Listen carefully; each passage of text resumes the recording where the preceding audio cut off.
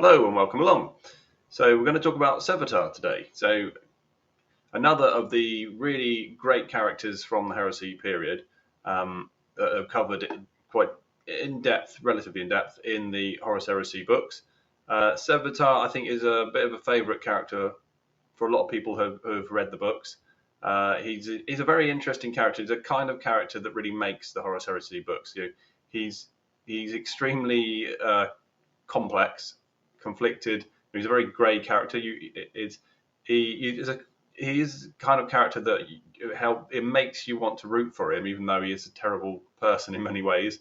There's done lots of terrible things, but he is best described as a character. He's the kind of person that if you watched him on a TV series, he'd be very popular. He'd be the kind of person that most of the audience are watching for that guy's appearance, that guy's scenes.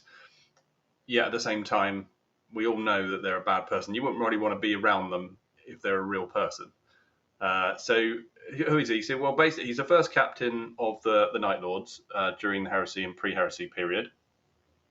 He, like many of the Night Lords, he was born on Nostramo, their recruitment world, and because he was born there and grew up there, he grew up in a life of extreme poverty.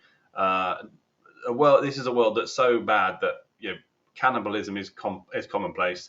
Little children go around killing other little children to live because that's the only way they can survive. Is to kill, not just kill them. They then eat them. They kill them, eat them. Obviously, they rob them. It's a really, really brutal world, and this is the world, of course, that Conrad Curze lands on as a child and grows up on. And one of the reasons why he turns out like he does is that world. And so you can imagine what someone being born into that is going to end up like. And so Sevatar is no different. He grows up in this environment. He has to do terrible things to survive, and then eventually, at some point, he is recruited into the Night Lords. So he always stood out amongst his peers because he actually has, well, he's a very intelligent person, naturally, very gifted in that sense, but he also has suppressed psychic abilities, so although he never uses psychic powers during this time, that innate ability is there, and so it gives him enhanced abilities above others in terms of physical abilities, so more strength, endurance, reflexes, etc. That makes him stand out. Probably a big contributor to how he survived in the terrible world he grew up in, but also then as a recruit made him stand out, and he excelled as a Night Lord. And then this is a Legion again. It's very ruthless, very ruthless. There's lots of infighting. There's always plots. People are often fighting. Well, they're often fighting each other, particularly once it gets to the Heresy period, where like a lot of the rules have completely gone out the window. They're always trying to kill each other and take power from each other, and he survives in that world by being one, incredibly ruthless himself, but also always being one step ahead of his enemies, outthinking them. And even when he doesn't predict what's going to happen, his singular incredible ability to survive gets him out of these situations. So he's famous for in coining the phrase "death to the false emperor," and then that becomes an infamous chant for all the traitors from then on. But however, although he is happy to be a traitor, he does not have any allegiance to the emperor really, or the Imperium. He actually hates chaos, and he never really he never embraces chaos, and he has a very low opinion of those traitor Marines that do embrace chaos and start to do various, to perform chaos rituals, or even worse, become demon hosts. So that, because he was kind of always shunned chaos, it did keep him on the edge of the bulk of the traitors. Although as a Night Lord, he was always going to be on the edge because they're not like the brotherly type. They didn't really embrace the other legions even when they're on their side.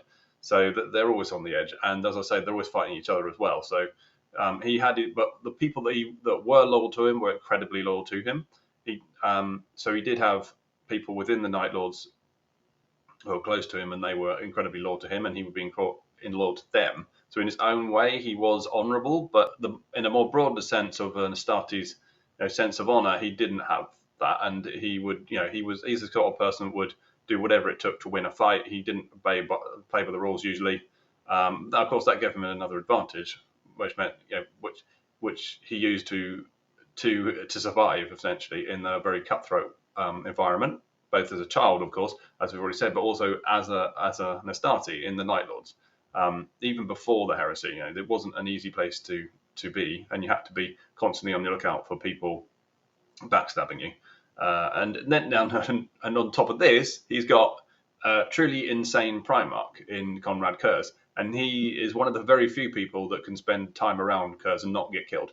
Basically, he had a kind of a soothing effect on Curze. He would kind of and Curze, although Curze does condemn him to death for some unknown slight that he's given him or failure, we don't know what it is, but we know that throughout the heresy he's condemned to death, but he keeps him around because he's useful.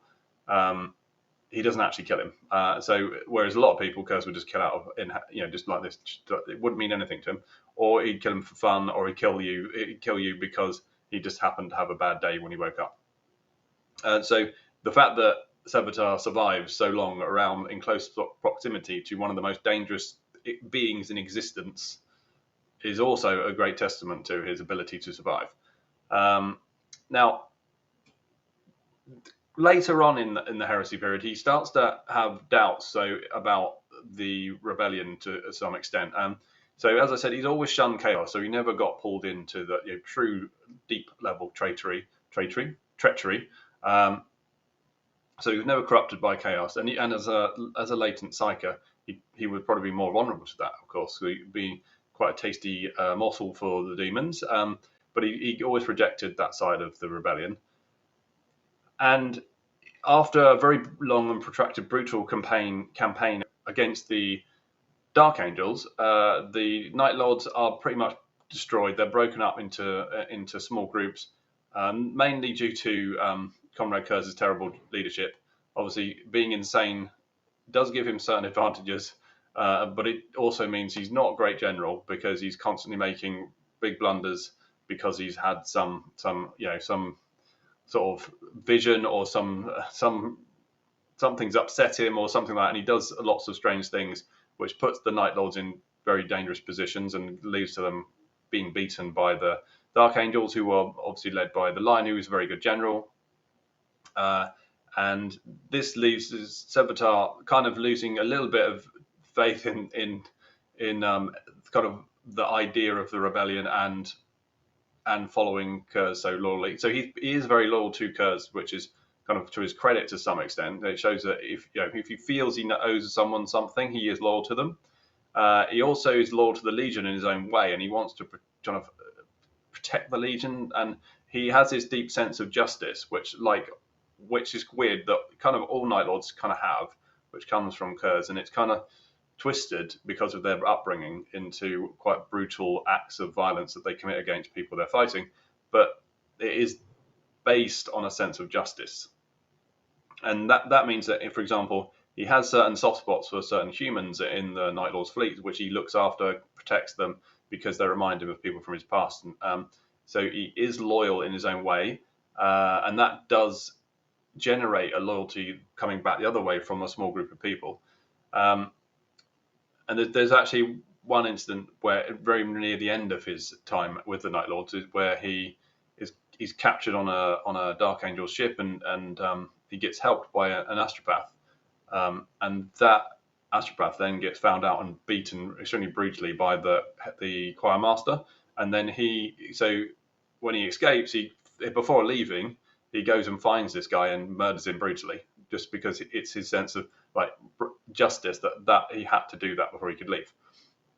He didn't do it for fun. I know Night Lords kind of kill people for fun as well, but he doesn't really do that. He kills because he thinks it has to be done. And now, going back to his sort of individual ability, so he was famous for dueling Sigismund of the Imperial Fists, who's renowned as one of the greatest individual fighters of the Astartes of that period. He had a duel with him, and they dueled for 30 hours straight. 30 hours. Now, I don't think that's also supposed to be an exaggeration in this case. I think I did a previous video where I talked about Lehman Russ and the Lion, where they supposedly fought for a brawl for weeks and without winning, without one of them winning, which seems like a bit of an exaggeration for simply the effect of sort of legend building, etc. But I think in this case, when they wrote this, it was supposed to be a genuine description of what happened. They just dueled for 30 hours straight, and this is a fight with weapons as well, and that neither of them could win. So he's basically a dead heat with one of the greatest swordsmen to ever live. So he's incredibly gifted individually. Now, it also ends funny, this duel, because he basically headbutts Sigismund and wins, but that disqualifies him because the rules were you couldn't use physical blows, you could only use hits with your weapon. Now, the other thing is quite impressive for Sevatar to actually obey the rules for 30 hours straight in a duel, because he's not known for doing that. He's known for doing any underhand dirty tactic that will win. He would do it, and I think in a real fight in a battlefield, he would have beaten Sigismund because he would do whatever it took to win, whereas Sigismund probably wouldn't, or not at least to the level that Sevatar would. But obviously, in a purely skill battle, he's matched him. So it goes a long way to supporting the idea that I think a lot of people have, which is he may well be the most skillful. Skillful is the wrong word. The most capable individual Astarte in combat. There are a lot of other candidates for this, probably 10, 12 others who are big names who could be, and that's of course the way the law's written, so you can't really say exactly who is best, but he has to be right up there. Eventually, he does kind of disappear from the books, and there's two possibilities here. So the idea is he's killed at some point,